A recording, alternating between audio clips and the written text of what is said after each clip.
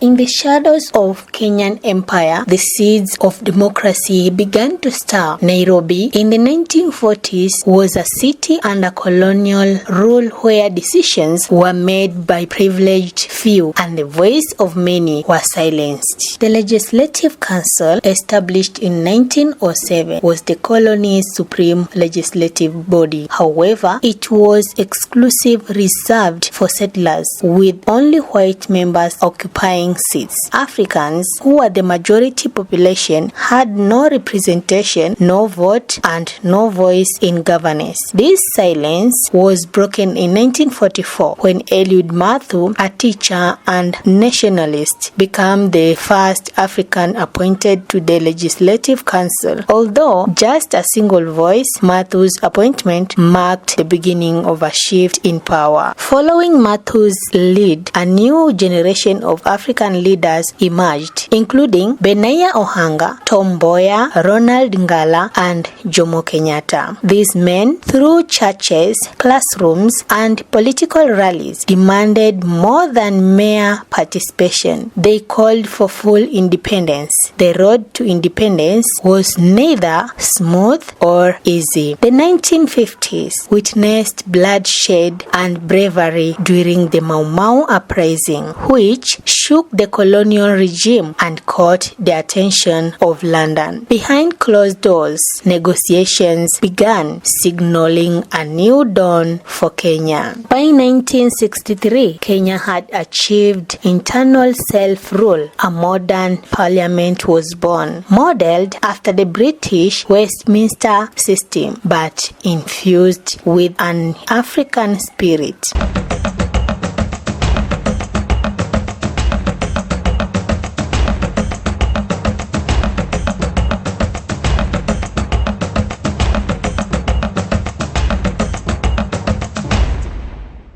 On June 1st, 1963, Madaraka Day, Kenya took control of its governance. Kwa wananchi ambao hawasikii maneno ya Kiingereza, mimi nataka kuambia kwamba hii ni siku ya furaha katika moyo wangu au katika maisha yangu. Na mimi nafikiri kila mwananchi anaishangilia siku hii kama ni siku ya muhimu katika maisha yetu zote.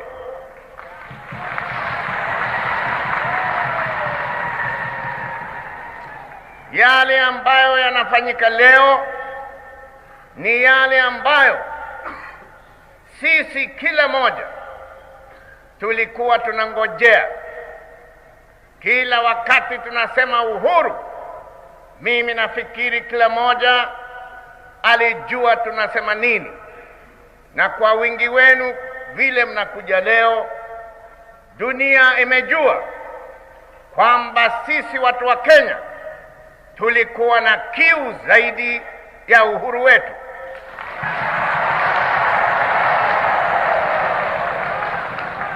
Mnajua ndugu zanguni, pale tukisherehekea hii siku ya muhimu sana, jueni kwamba tuna watu wengi wetu ambao wao wana magonjwa, ambao wao wana umasikini mwingi. Na kwa hivyo ndugu zanguni, mimi nawaambia ni lazima tufanye kazi sisi zote pamoja, tuweze kupigana na umasikini ambao uko katika nchi hii yetu, tupate kupigana na magonjwa ambao yanawalemea watu wetu kila bahari, tupate kupigana na ukosefu wa elimu ambao unawalemea wananchi kila pahali.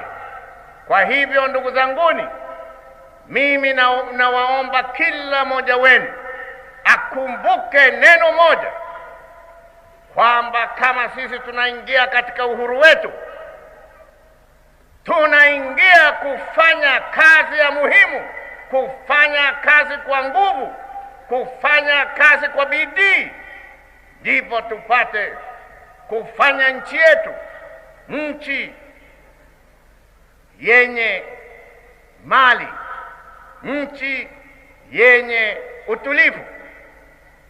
Na tukifanya hivyo, ndugu zanguni, kila pahali ulimwenguni tutaheshimiwa.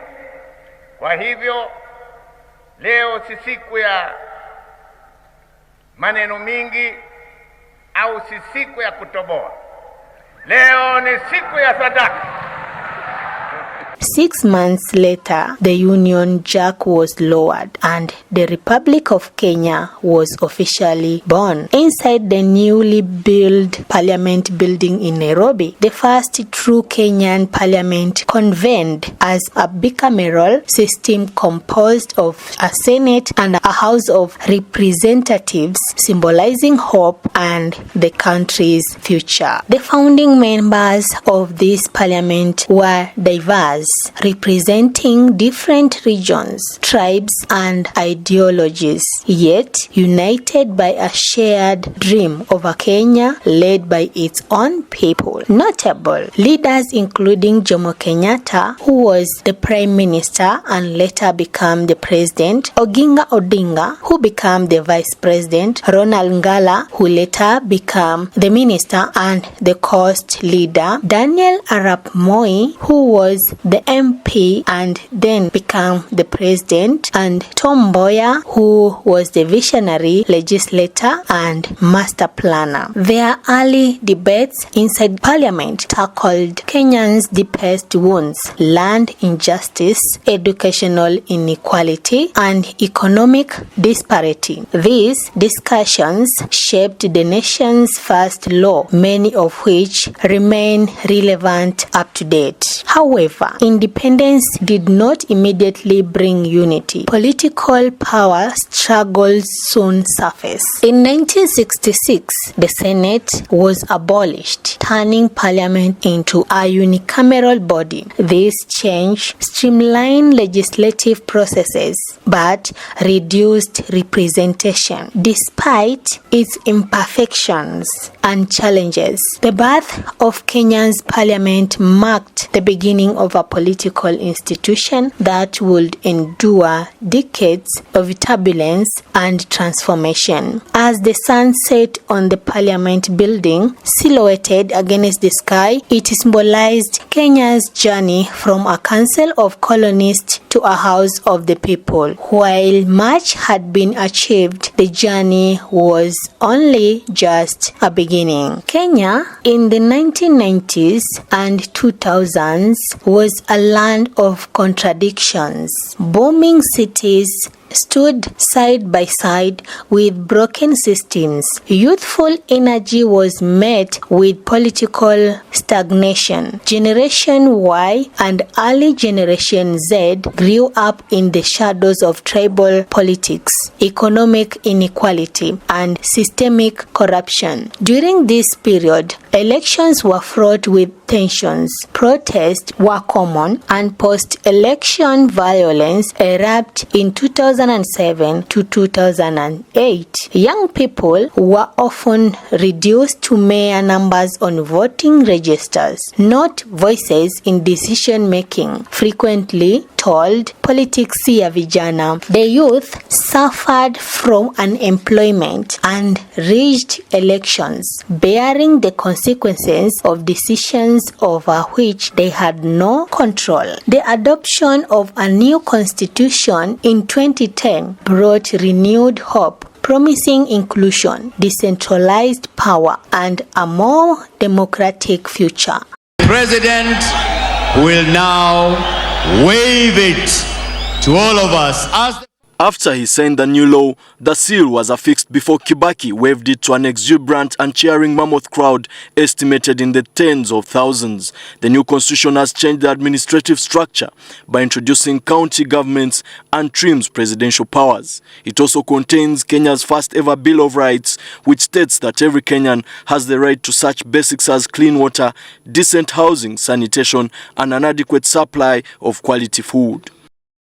The National Land Commission is also charged with forming a national land policy, something Kenyans have been advocating for decades, which ensures women are able to inherit land. Under the new constitution, there will be a single election to pick the president and representatives at the county and national assemblies on the second Tuesday of August of the election year. However, the first election using the new constitution in 2012 will take place 60 days after the dissolution of the current parliament.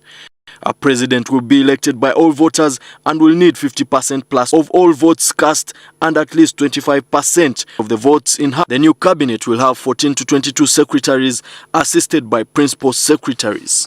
Yet, frustration deepened as realities did not meet expectations. The campaigns of Uhuru Kenyatta and William Ruto in 2013 clashed with the lived experiences of many, while protests erupt against electoral bodies and corruption. Young leaders recognized that change would not come from outside. They had to be the agents of change themselves. They turned to digital activism, with Twitter become a battleground, WhatsApp a tool of resistance, and TikTok a political classroom. Unlike previous generations, Gen Zs and millennials grew up immersed in digital spaces. They didn't wait for newspaper to make headlines. They create their own. Activists like Boniface Mwangi confronted members of parliament directly. Ukisoma bajeti mwaka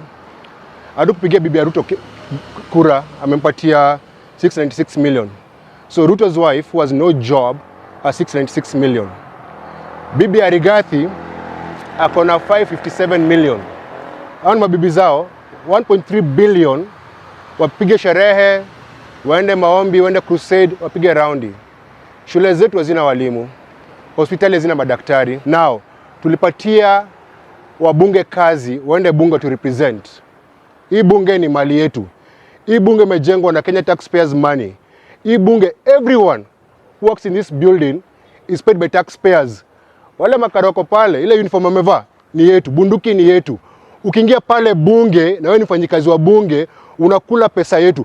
As a member of parliament, the food you eat, the clothes you wear, the car you drive is bought by taxpayers. Sisi tuko na njaa hata tuwezi kunia, and then you tell us you vote no. Tumewaambia wabunge wote, you work for us. When you go in there, you vote no. Tunasikia Ruto ako na njaro na mpango, ambia wabunge wa vote na acclamation. Ukiingia pale bunge, si yes or no, ni kelele. Mambo ya kelele na foleni ilisha na Moi. When you come on Tuesday to vote, you either vote yes, tujue msimamo wako, ama you vote no, as Kenyans have said. Kila kitu inatoza ushuru. Airtime, M-Pesa. If you're a cancer patient, mama yako ni mgonjwa na cancer manini, uende private hospital, hiyo matibabu ina 16% VAT. Ruto anatax wagonjwa, anatax watoto, anatax kila mtu. The only thing you have in this country is oxygen. Please, I ask you, members of parliament, remember this. You are elected to represent the people. That parliament is the people's house. Don't auction your voice. While mass protests against legislation such as the Finance Bill of 2024 were organized online, TikTok videos explaining complex laws in Sheng helped inform and engage young people politically.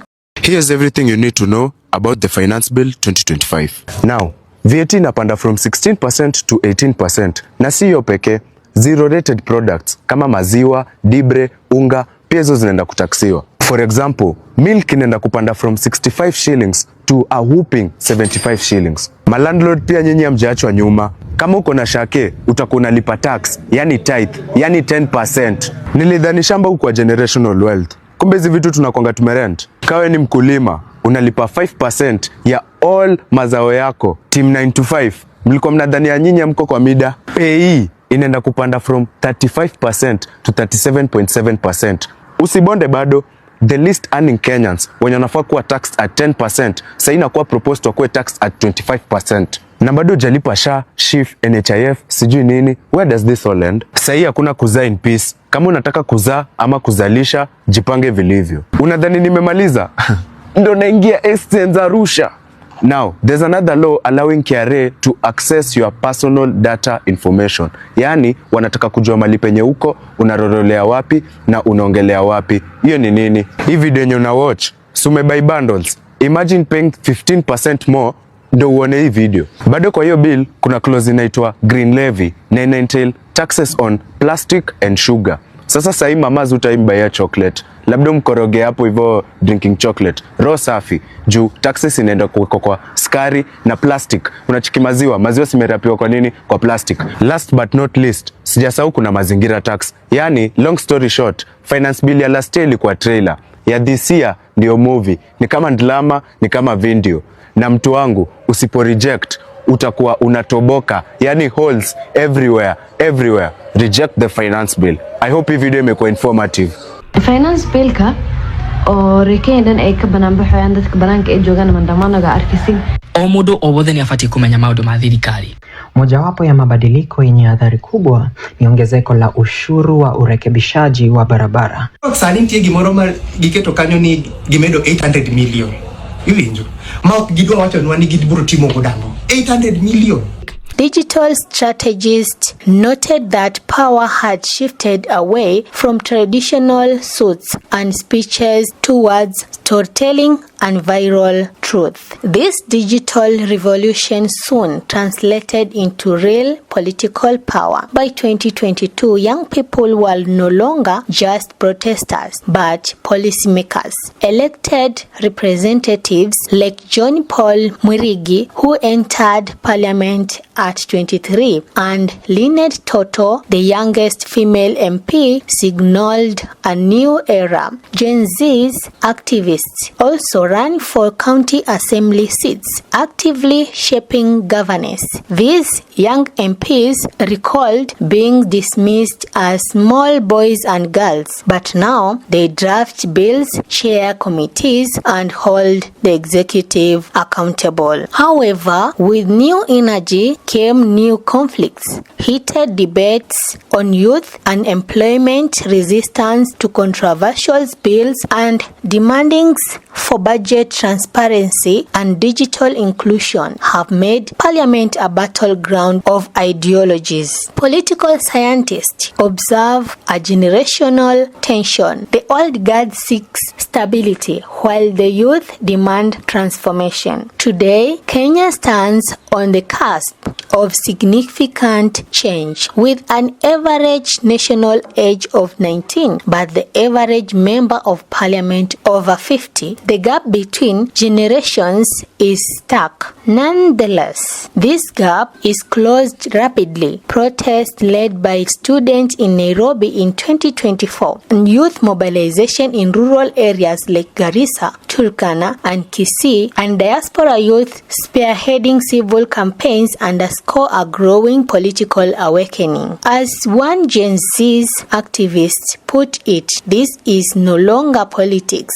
as usual. We are not waiting our turn, we are taking it. The takeover began not inside parliament, but on TikTok, a viral video by the anonymous creator, #@wakenya uhai, captured the frustrations of the youth. They tax our hustle, mock our struggle, and build gates to keep us out. If parliament won't listen, we will knock. If they still won't listen, we will break the door. Hashtags like #Occupy Bunge, #Generation Suffocation, and #Our Country, Our Rules flooded social media timelines, mobilizing a generation. On June 25th, 2024, thousands of primarily young people, many dressed in black, gathered peacefully outside the Kenyan parliament to protest the Finance Bill 2024. The gates were locked, police lined the streets, and authorities responded with tear gas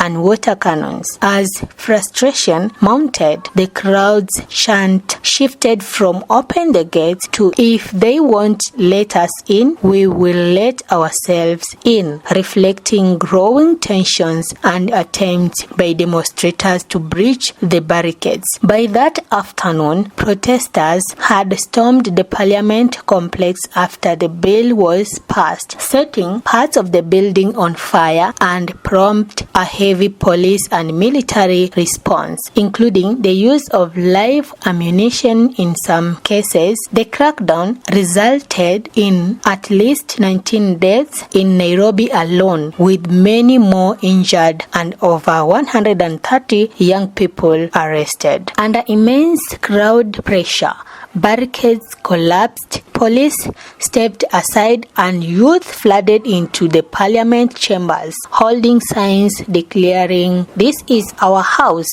We elected you. We can replace you, and we are not the future. We are the present." A 23-year-old student leader read a manifesto demanding the immediate repeal of Bill 78, a full audit of MP salaries and benefits, allocation of 25% of the national budget to youth employment and innovation, and end to police brutality against protesters, and the passage of the Digital Inclusion and Youth Governance Bill within 30 days. She declared, "We are not rebels, we are citizens. You work for us."